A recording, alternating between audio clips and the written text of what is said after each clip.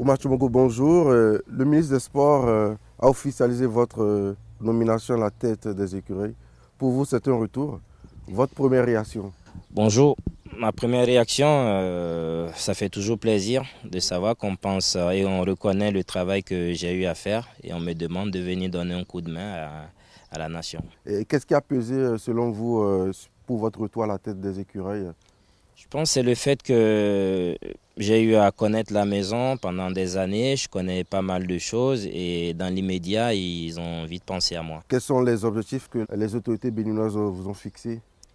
Pour le moment, le plus important, c'est regrouper les joueurs et d'aller jouer le match en Guinée équatoriale. Le Bénin, à l'instar de plusieurs nations, débutera les éliminatoires de la CAN 2017 dans moins de 20 jours. Pensez-vous pouvoir être véritablement prêt pour ce premier match? Je pense qu'on est prêt. Il ne faut pas oublier aussi tout ce qui se passe au Bénin.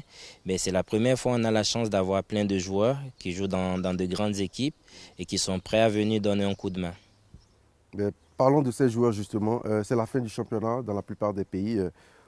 Comment pensez-vous mobiliser, disons, remobiliser ces joueurs qui sont certains déjà en vacances et qui ne s'attendaient pas peut-être à être appelés en équipe nationale? J'ai eu à discuter avec pas mal de joueurs et sachant que c'est moi, ils sont prêts à venir. Donc j'ai demandé au ministre si c'était possible d'avoir un préparateur physique, vu que les joueurs ils sont en vacances, pour essayer de booster le groupe et d'être prêt pour la Guinée. Alors, quelle était la réponse du ministre par rapport à votre demande de préparateur physique? Il m'a donné le feu vert. Donc je connaissais un ami qui est préparateur physique ici, qui a les diplômes, tout ce qu'il faut, et il est prêt pour nous donner un coup de main. À quand le rassemblement, le regroupement des écureuils se fera? Le regroupement, normalement, c'est le 7 à Cotonou. Véritablement, quelles sont les chances de qualification des écureuils dans cette poule qui regroupe les Sud-Soudanais, les Équato-Guinéens et surtout les Maliens que vous connaissez déjà bien? Je pense qu'avec le groupe qu'on a, je peux parier que le Bénin a des chances de se qualifier. L'improvisation a toujours été le péché mignon du Bénin.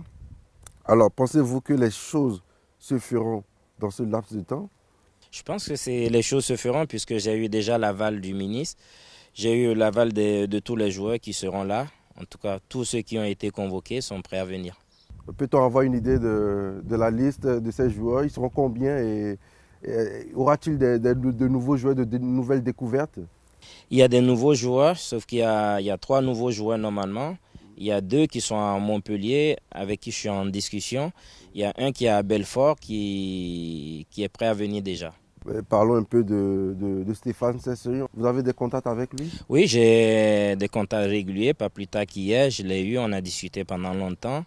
Et le fait de savoir que c'est moi qui reviens en tête de la sélection, il m'a dit, il n'y a pas de souci, il viendra. Et je pense que j'ai besoin d'un mec comme ça pour essayer d'encadrer les jeunes aussi. Il ne faut pas oublier qu'il y a pas mal de jeunes qui commencent à sortir la tête de l'eau, comme les David Digla. Il y a Satunin aussi, qui a fait une bonne saison à Niort. Il y a Dima aussi, qui fait partie des meilleurs Béninois actuellement. Donc je pense qu'il y a quelque chose à faire.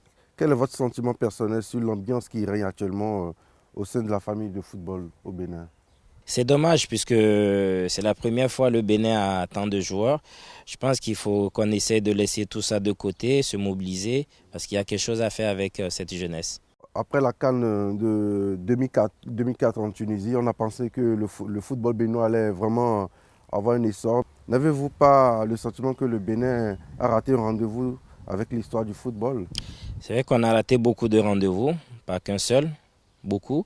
Mais je pense avec l'effectif qu'on a en ce moment, si on nous donne les moyens avec les joueurs et avec un bon staff, je pense que le Bénin a les chances de se qualifier.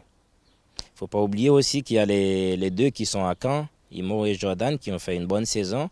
Il y a Poté qui a terminé meilleur buteur en Chypre. C'est pas rien aussi. Donc je pense qu'il y a du monde. Il y a Frédéric en Belgique aussi. Il y a un paquet de gens qui sont prêts à venir. Parlons alors à présent du quotidien de Omar Tchomogo depuis sa retraite en tant que capitaine des écureuils. Ben, mon quotidien, c'est pareil. La famille le matin, après les entraînements.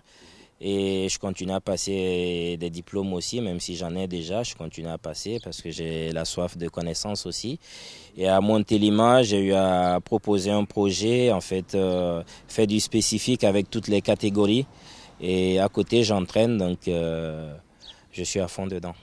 Alors, un message à l'endroit des supporters béninois qui ont perdu espoir au football béninois.